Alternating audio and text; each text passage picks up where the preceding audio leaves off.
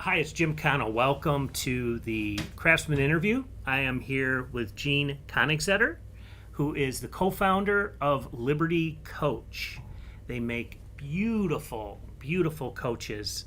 And we're going to get into this story, a little bit about Jeanne and Frank's background, and obviously a lot about Liberty Coach and what they do. So, Jeanne, thank you so much for doing this. Appreciate it. So nice to see you. Before we get into the business side of it, I'm really interested in some of your background as well as Frank Sr.'s background. Where did you each grow up? I grew up in Chicago until I was 14, and then we moved to Antioch, Illinois, until I graduated from high school. Then I went to nurses training in St. Teresa and Waukegan. Okay. And so did you go to Antioch High School? Yes, sir. Okay. Yes. All right. And how about Frank? Frank went to Libertyville High School, and his early years were in North Chicago. Okay. And his parents had a farm in Libertyville, and they moved out there, and then he went to Libertyville High School. Oh, wow. Okay. A lot of roots in Libertyville then. Yes. That's great. What did your parents do for work? My dad was a car salesman after he got out of the Army, and my stepmother, was a nurse. Okay, so that's where your nursing Right. came from. Okay, and where did she work? What hospital? She didn't work. She was an Army nurse, and my dad met her in the Army. Okay. Because my mother passed away when I was a year and a half. Okay. And then my dad went in the Army, and he met her in the Army, and they got married over there. Basically, why I wanted to be a nurse, I think, was because I lived with my grandmother for 6 years while my dad was in the Army, and my aunt was a nurse, and I was always wandering around in her nurse's uniform, even though it didn't fit real well. My middle daughter Caroline is studying nursing right now, so it's near and dear to me too. And how about Frank's parents? Frank's parents, his dad came over here from Germany, and then he went back to Germany and he married his mother and then brought her back over here. Okay. And he was a pattern maker by trade, and he started FK Pattern and Foundry here in North Chicago, and they lived in North Chicago and then bought the farm in Libertyville and then moved out there. So when you talk about the farm, tell me about that. How big? It's about a 60-acre farm, 60, 80 acres, I'm not sure. And it was mostly grain farming. Oh, okay. And then they did have some animals, cows. Okay. And she had her own big garden there. And where was that located? That's actually on Buckley Road. It's right now, it's on the corner of the west corner of I-94 and Buckley Road. Oh, yeah. But actually, the toll road went through part of the farm. Really? Yes. Oh, wow. And they had to move the house. There's pictures of them moving that big farmhouse. So did they move it west? Or Yes. Yeah, they moved it okay. further west and away. Yeah. There's a lot of nice houses back there now. Well, yes, and the farm got sold. Okay. And they have 69 homes in there. Now, how did you and Frank meet? I was a nurse at the hospital, and I was working on the orthopedic floor. And one day, this individual was brought up to our floor to have a hernia surgery, and the surgical floor was full, so they had to bring him up to our floor.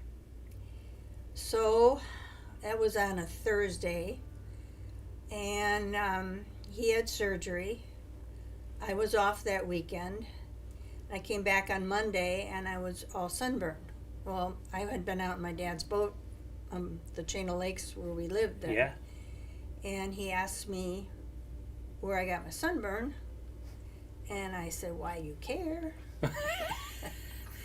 And so then it was really funny. All of a sudden, it hit me, and I looked at him and I said, "Do you have a boat painted the same color as your car?" And here we have another resort around from our house, and I used to watch this guy come and put his boat in the water. And then we would lay on top of my friend's boathouse, which was on this channel, and they would go by. And one day, facetiously, I said, I'm going to meet that guy someday. You've got to be kidding me. No. And then he became a patient of yours. And then it was him. Wow. Wow. And so he went, I said, okay. And so he went home. And then about a week after So that. hang on, Jeanne. Wait.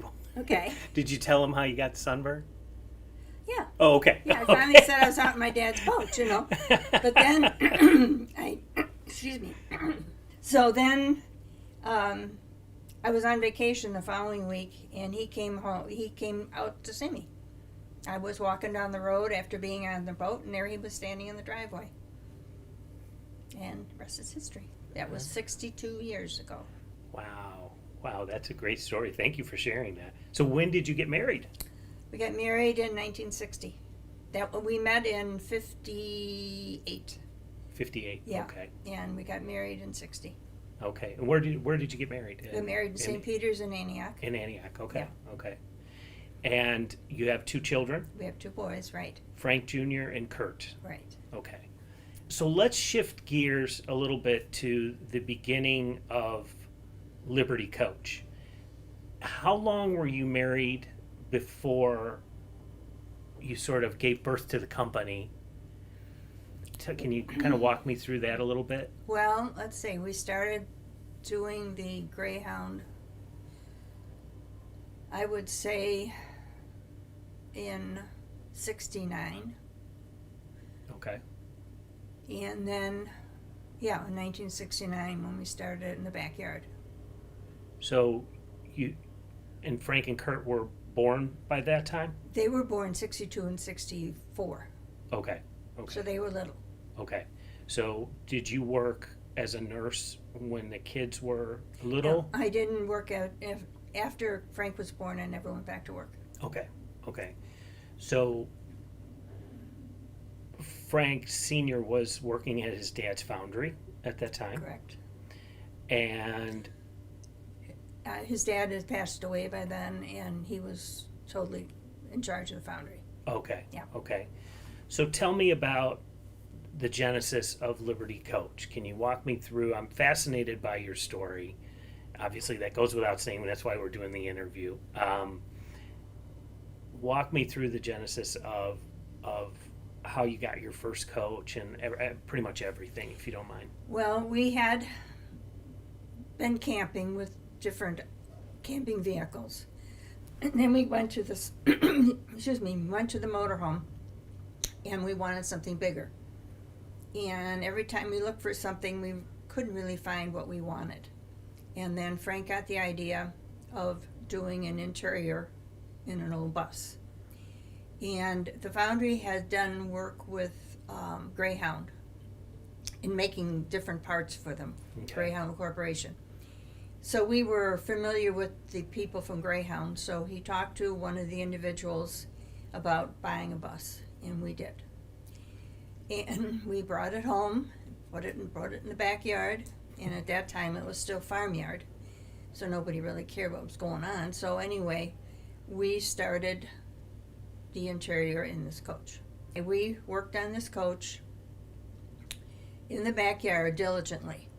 And there was one time when the boys wanted to swim. We had an out of the ground pool, and they weren't allowed in the pool unless we were there. Well, we basically were ignoring the 2 boys. And so one day, they had made a sign, and it said, "We want to go swimming," and then 2 of them marched it through the coach. So we put the tools down and said, "I think we better." You were focused. Yes, I think we better pay attention to the kids. But we worked on this coach for a total summer, all summer long, and we finally finished it in the fall. Okay, so I'm not familiar with how these things are built and stuff, so I'm going to ask you some basic questions. Mm-hmm. So you couldn't find the size that you wanted. Frank identified, hey, well, I'll get a Greyhound bus, and we'll just outfit this thing to our own liking, right? Did you had to strip, you had to take everything out, didn't you? They sold it to you without any seats. Okay. The back washroom was in it, Okay. and that was horrendous. And so we had to take that out. And beside that, the walls of the coach, we had to take them all out. And there were 40 million miles on this coach. 40 million? Yes. And there was 40 million pieces of gum in this coach. That's where people stuck their gum in the sides. So it was a very messy job. Yeah. And it was the beginning. In a hot summer? Hot summer. Sticky gum? Can't even imagine. But we did it. And we just had to do a lot of things. You know, he was a builder, so he kind of figured out how to lay it out and how to build walls and furniture. I did all the drapes, the sewing, the fabric part of it. We put a ceiling up, not knowing how to do a upholstered ceiling. First we glued it up, and then we came out the next morning and it was all on the floor. So that wasn't really how you should put a ceiling up. And we didn't realize that Naugahyde had a memory, and we would roll for fit it on a curvature. We would stretch it around a bowling ball, and then put it up there to have the curvature. But by morning it was straight. So we found out a lot of things. Yeah, just trial and error. Yep. Trial and error. And we had a distributor in Chicago that had a lot of motorhome parts, and you know, like your sinks, your things for motorhomes. And so we had that to buy that kind of stuff from. But the rest you built yourself. And then we had our girl at the office at the foundry, her father was an upholsterer. So he helped us with some of the upholstery that had to be done. Okay. And it was just a lot of work. Was it fun? Yeah, in a way it was. In a way it was, you came to a point where we're going to make a list of what we need to do.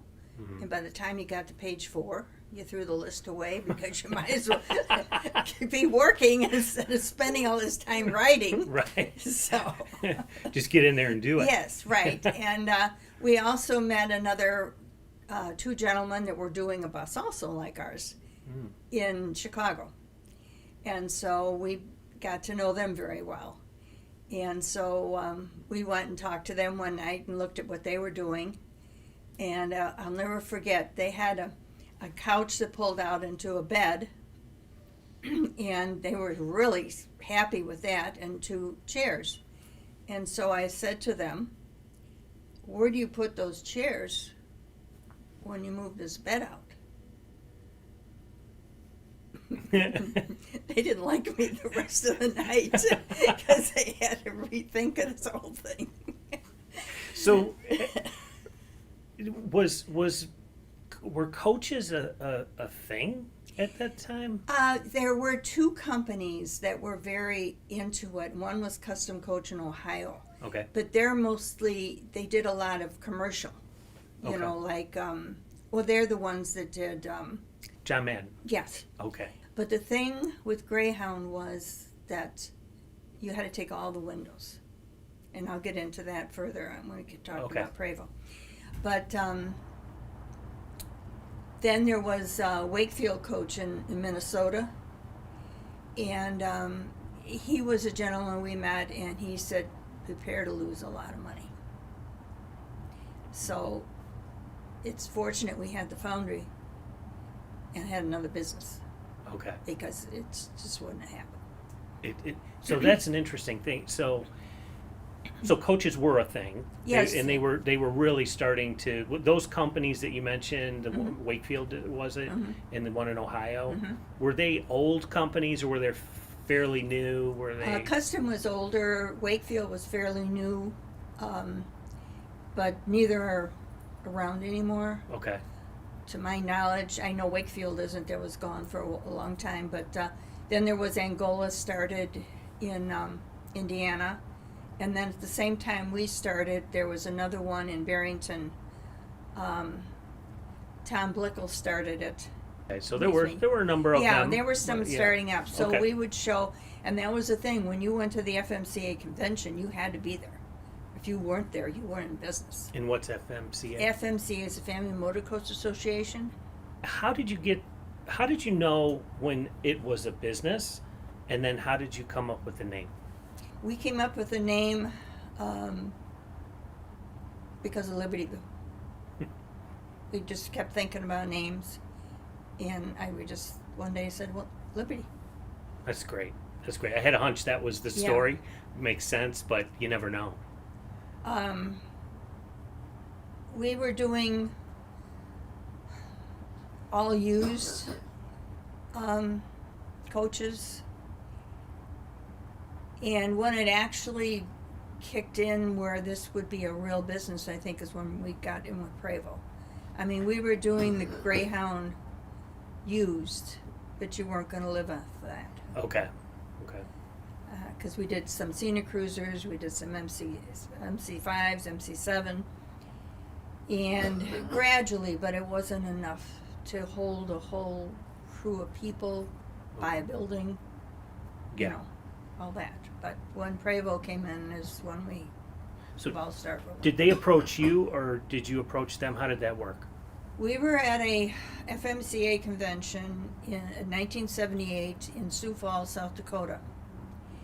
And the Prevost Frenchmen, they all spoke French except one, came up to us and asked Frank if he would do a coach. And they said, would you buy one of our coaches and do the interior? And Frank said, I'm not buying anything. He says, I'll do an interior, and when it's done, then we get the money. So that's what we did. Okay. And we took the first one after that to the convention in Del Mar, California, and we sold a lot off of that one coach. Okay. And the other people that were in it too, one from Barrington, he realized some from that too. Okay. And so that began. So then it all started. What year was that? 1978. 78. Okay. What was your role in the company? How did you begin to kind of separate and say, okay, I'll tackle this, you tackle that, kind of similar to what you did all the sewing and the drapes, and it sounds like all of the design work, and Frank was more on the sort of the mechanical side. Yeah. I did that, and then excuse me, the soft goods part of it. But then I also started the office procedure part of it, the purchasing and how we put all the spec sheets together, and basically started how the office atmosphere would be. And then got my own design room, which was in the old section. Okay. In here? No, it was another section. This was new over here. It was upstairs, but over in the other hall. Okay, but same. We're in North Chicago right now. Same campus, if you will. Yes. Okay. What was the hardest part of starting the company? Money. That's Frank, by the way. He's sitting right off camera. Yes, actually it is. It's money, because it's a lot of money, and there's a tremendous amount of hours. And luckily at that time, because we had moved from the backyard to the back of the foundry. Okay. And then into this, then there was a trucking company that was at the other end of the foundry building, and that moved out. So we ended up moving in there. Okay. And it was long enough that we could put 3 coaches in line. And when you came in the morning, you had to come in on one side, and you better get in early enough so you got the time clock right, because you had to walk all the way down past 3 coaches and all the way up past 3 coaches to get to the time clock. But it was tight in there, but hey, you crawl before you walk. Yeah, amen to that. How many employees did you kick off with? Well, we had started out with a couple full-time cabinet makers, and surprisingly, we're right here next to Great Lakes Naval Base, and there's a lot of technicians, or what they call their firemen, that wanted second jobs. Okay. And they came in, and some of them came in just to be machinists for the foundry, or work on some of the castings. Well, then some of them saw this, and they were electricians or whatever. So we were able to employ a lot of Navy. Oh, yeah. And that's so it worked convenient. out really well. Yeah, that's great. Can you tell me a little bit about some of the key employees when you started? Is there a number of, or anybody who stands out where they were just pivotal? There were a lot of cabinet makers that we knew in town that came in to work for us. Then we had an individual that came in, we had a couple individuals that came in that were from Trinidad. And they're very talented in wood making. Okay. In fact, one just retired. Really? And Ramon was the nicest guy. He was very good in what he did. He was such a pleasant individual. And he was going back to Trinidad. So he retired. We had a little party for him. And that weekend he decided to buy a lottery ticket. And he won $1 million. Happy retirement. That's the best person I've ever heard of that could win a lottery ticket. I was so happy cool. for him. That is so cool. And he went back to Trinidad. Yes, he did. Beautiful. But we had a lot of different personalities, a lot of different people. Yeah. A lot of craftsmen. Yes. I mean, this whole thing is really craftsmanship. Right. in Which terms is of- hard now. Yeah, it's a lot hard. It's Different terrible market. now. It's so hard now. I mean, we don't have the tradesmen anymore. Yeah, it's a shame. It's a shame. You have to train them. You have to teach them. When did Frank Jr. and Kurt get involved with the business? I would imagine the sign with the swimming. they were young boys at that time, but did they have any involvement with They were always involved. Okay, so from day one. Yes, they were always involved. They were always doing things. I mean, Frank, he could drive that coach when he was 11 years old. Really? And I mean, he would do, there's many stories with him, and we laughed so hard because the kid was only 11, you know. But I'll never forget Kurt, who runs this whole place. He was making labels when he was little. Okay. And the label machine. And I remember him one day, the only thing I'll ever get to do here is make labels. Oh, to how times have changed. Yes, but he wishes that's all he So did. Kurt's got to know Everything. every corner of this place. Oh, yes. There isn't a corner he doesn't know, believe me. What is his? I've never really talked to him about work. What's his specialty? If you? He actually designs the coach, the whole interior. Oh, okay. And also, he's the big money man. Okay. And he hated math. And he had to take it a couple times to get through college. And now he's spot on for whatever the bank wants. He's right there. Wow. The coaches are stunningly beautiful. I mean, they're pieces of art. When did Dean Laux get involved? Now that you've got me on as far as the time goes, but it's been a couple years now. It's at least I think 5 years. Oh, so it's okay. Yeah. So it's fairly new. Mm-hmm. And Dean Laux is a artist who does all the painting. Right. Can you kind of walk me through some of the evolution, because the design today is a lot different than the design back in the 70s and 80s. Can you talk about what you did and how that changed, maybe a story or something around Interior-wise? interior-wise? Yeah. Yes. Being as I'm a nurse, not a designer, I was kind of going by books. I mean, you know, when I would go to a movie, I would never watch a movie. I would just look at the background. Yeah. And I would go to the Mart and see what was new. And I would check out other people's coaches and see what they liked. And talking to people and see what they liked. And when Kurt asked me one day, he said, "Mom, do you think Kim could come down and help you in the design?" I said, "Could you start this afternoon?"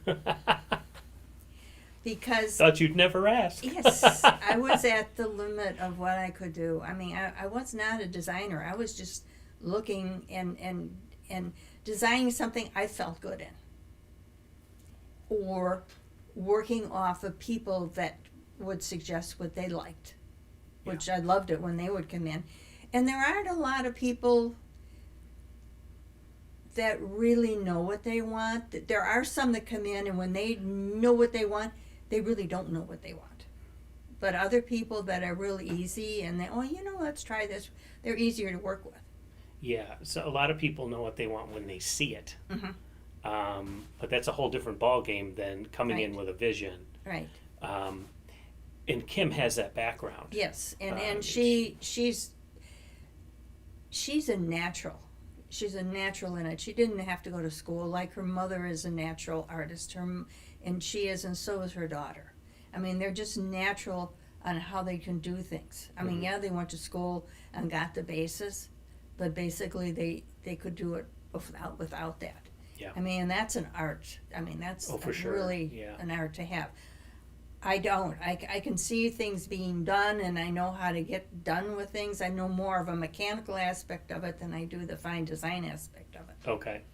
So when did you start coming up with, or talk a little bit more about that. When did sort of this high-end design stuff, was it always a thing? Because I look at the decor from some of the older coaches, and I look at today, and I look at it as night and day.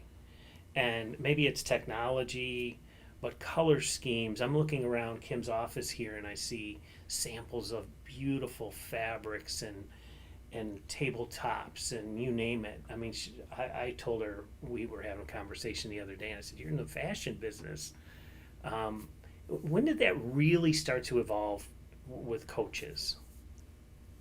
Now, I have to go back. I did that. I did a real modern coach 84. 1984, I decided, I'm gonna try something. And we did the mirrored ceiling. We did the tiered ceiling.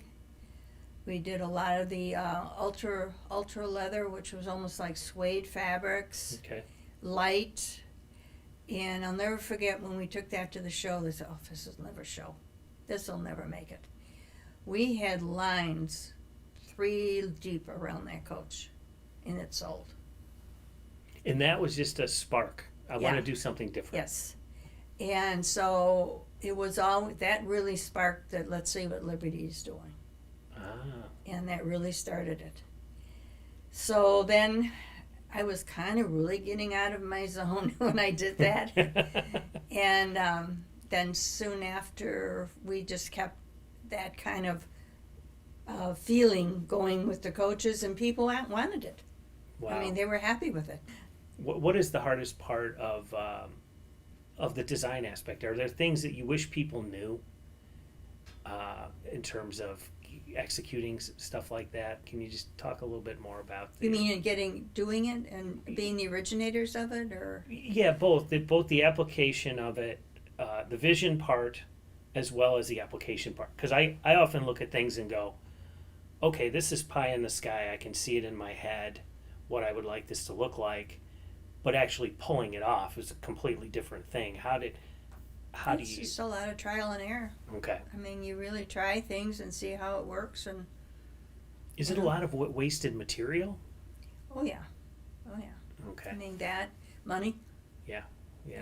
You try things, and a lot of times you want to do more, but the market won't let you, because if you price yourself too high, you price yourself out of the market. Mm-hmm. There are people who'll pay for anything.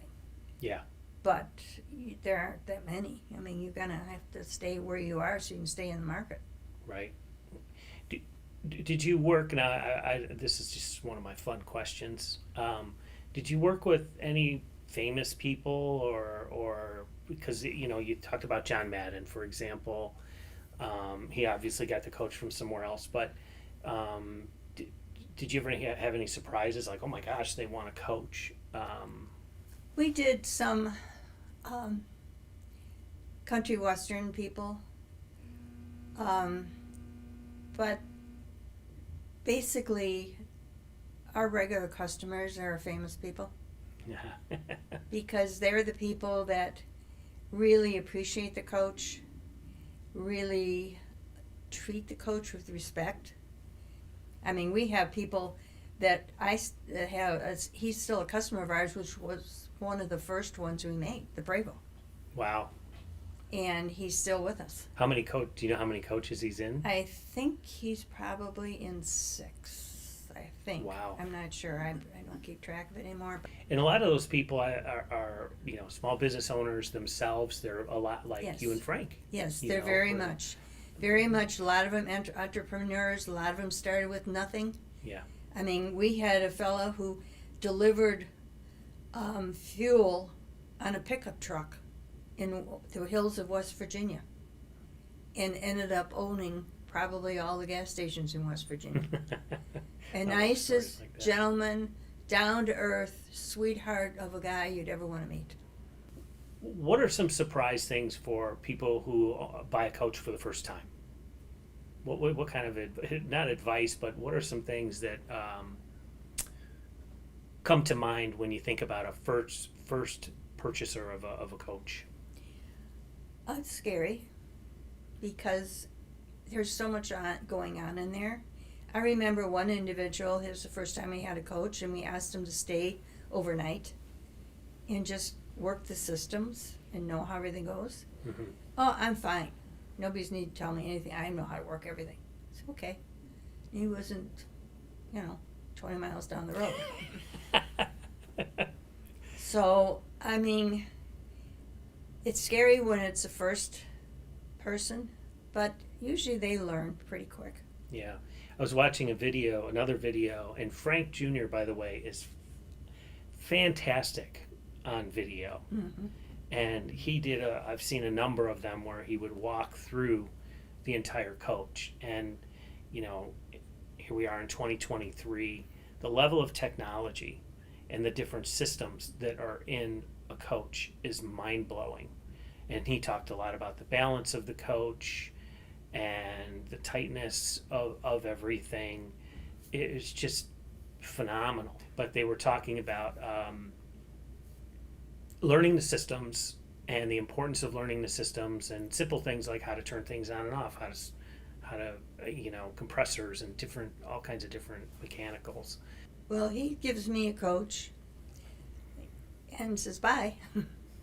Frank Jr.? Yeah, and I've got this coach where I haven't been in it for a coach for 6 months or something.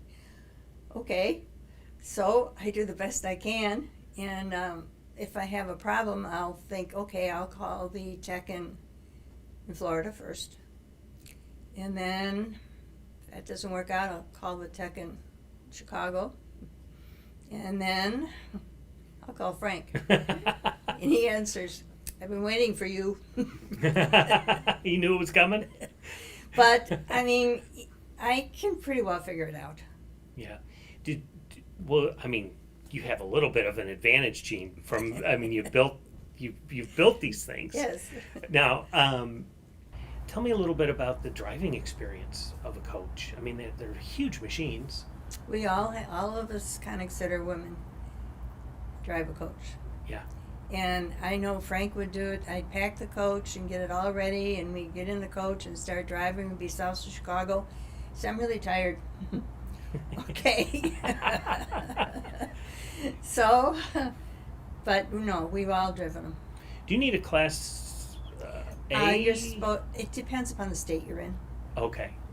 And actually, they're more, I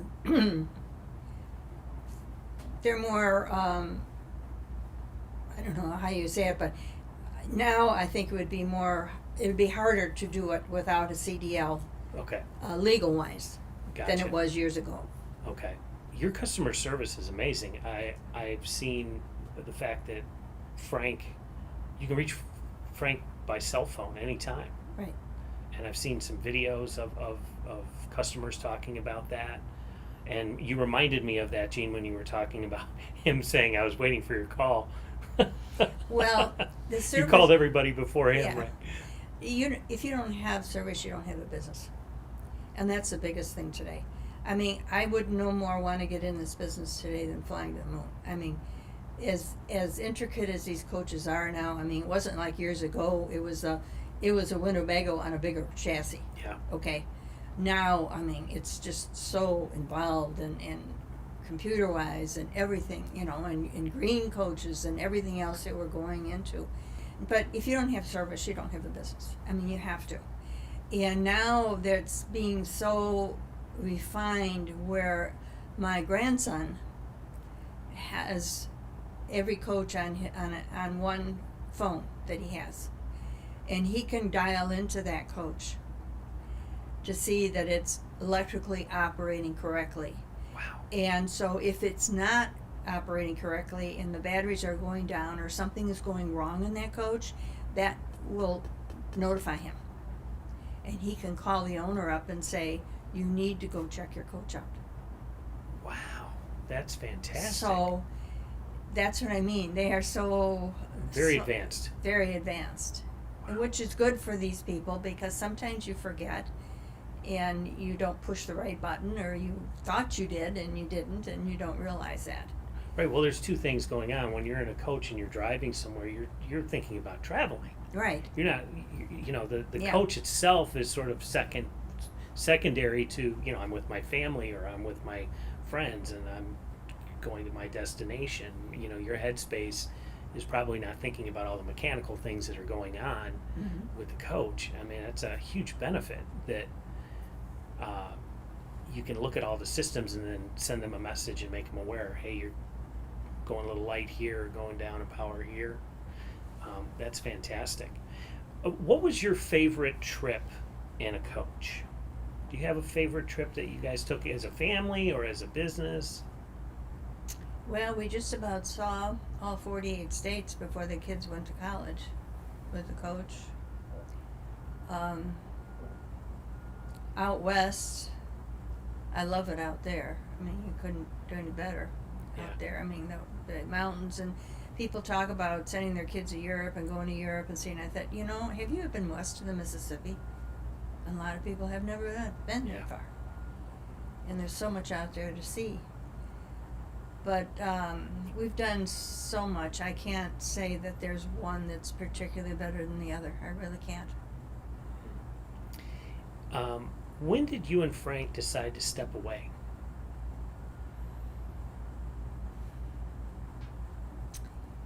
Well, in the 90s, Frank's told me that I think we'll step away. And now I had been working probably 40 to 60 hours a week, and I could not handle that at all. I tried, and I can't do this. We decided to open up the store in Stewart, and that was September of 2001, right after the 9/11. And we were opening up the store. So I went down there, and I started the office, everything. All I didn't get into the sales aspect. Salesman did that, but I did everything else. The inventory, set up the inventory shelves. I didn't have a computer other than my little laptop. We had no computer system yet down there. So I went back to work then. And then after a couple of years, I started thinking, I think I want to retire. So I did for a while, and then something happened. I forget what. And my son said, could you come back for a while? Okay. So I came back. And that time when I retired, I was ready. You get to a point where you don't feel like you're putting your whole self into it anymore, and you are just not doing your job. And I'm a person that wants it done right from beginning to end. Mm-hmm. And so when I left that time, I felt good about it. And that was the second time he asked you to come. Yeah. So there were. Well, what happened was the girl had left in shipping and receiving and parts, and they needed me. And it's funny, I left. I was there a couple hours, and the service manager, came in with a bouquet of flowers. I guess That's You great. miss me that much? Was that here or in Florida? Florida. That was in Florida too. Yeah. Okay. Can you just talk a little bit about being in and creating a family business? You know, you're working with your spouse, you're working with your children, you're working with your daughter-in-laws. It's tough, and yet again, it's great. But the tough aspect of it is when things go down. When things go down. And what's bad about it is everybody goes down. And I mean, as far as I'm concerned, I'll live in a cardboard box, but I don't want my kids to go down. And that's the thing that just bothers me more than anything. Not me, it's them. Yeah. Because everybody's in it together. So now everybody's here together, and it's great to see everybody together, but it's like you're still holding your breath, you know? Yeah, the life of a business owner. It's probably healthy to have that. Yeah, it gives you an edge, right? Well, it keeps you on your toes. Keeps Yeah. keeps you watching, and keeps you never. It seems like when you sit back and relax, bound to happen something. Yeah, right. When's the shoe gonna drop? Yes, right? Exactly. So I have a few more questions, if you don't mind, and I'm just interested. Tell me about Kurt and Frank. I'm just coming up with this question on the fly, but in terms of work, what impresses you most about what Kurt does? Kurt is very conscientious, extremely so. You don't spend any money with Kurt. Kurt is the one who is very, watches everything here. He's very astute, very quiet, doesn't say much, never did. He's always been that way as a child even, but he absorbs everything like a sponge. Is that the part you enjoyed most about working with him?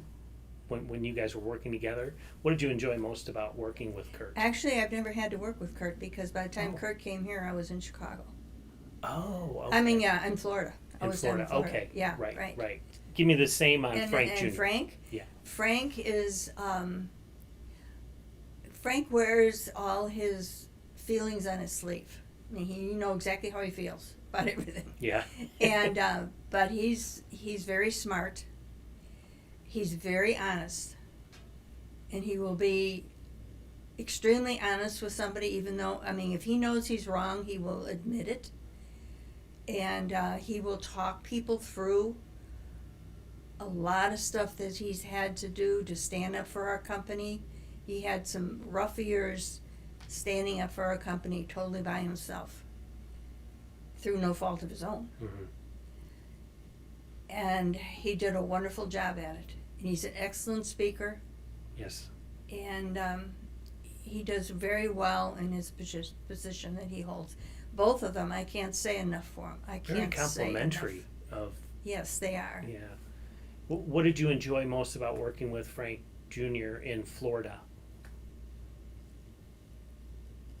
Well, he was, I knew everything was going to get done. I mean, we both worked together, and he knew what I needed, and I knew what he needed, and there wasn't any question. And if I didn't like something, I just told him, this is something's not going right here, Yeah.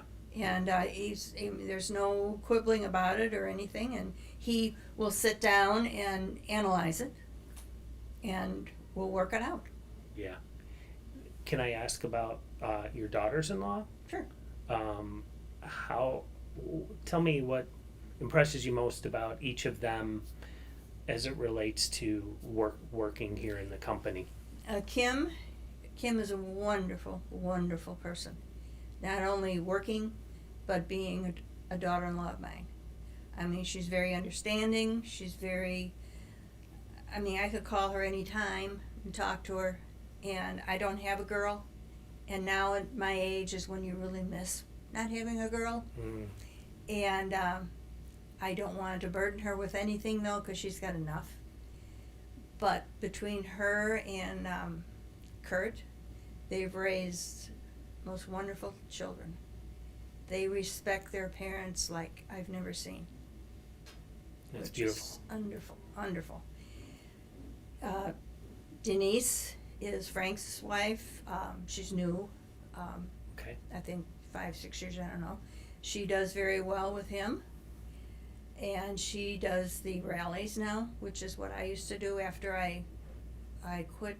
I retired a third time. That's one thing I still did was the rallies. Are you sure you're not coming back? But she does the rallies well. She's learning a lot from doing that, because you do learn a lot. I mean, every rally you learn a few more things, and it's interesting. But she does real well. She does real well with Frank. We get along well. That's wonderful. That's wonderful. I can imagine those are huge events, those rallies. Oh, they're huge. I mean, and the to logistics satisfy and- 100 people Oh, for 3 days? yeah. Yeah. Oh, it's lovely. Yeah. You got stories in there too. Yeah, right. We won't get into that's that. a volume. That's back to your book. Yes, that's what I mean. Have you written That's about that in the no, book? that's a separate volume. Okay. I do want to add, Jeanne has written a book, and we're going to see that book one of these days. So just a couple more questions. What's your proudest achievement with Liberty Coach? My proudest thing is to see my children all working together. Mm. Yeah, I really, and to see that they can keep this going. I mean, who knows? Who really knows in this day and age how long it can go?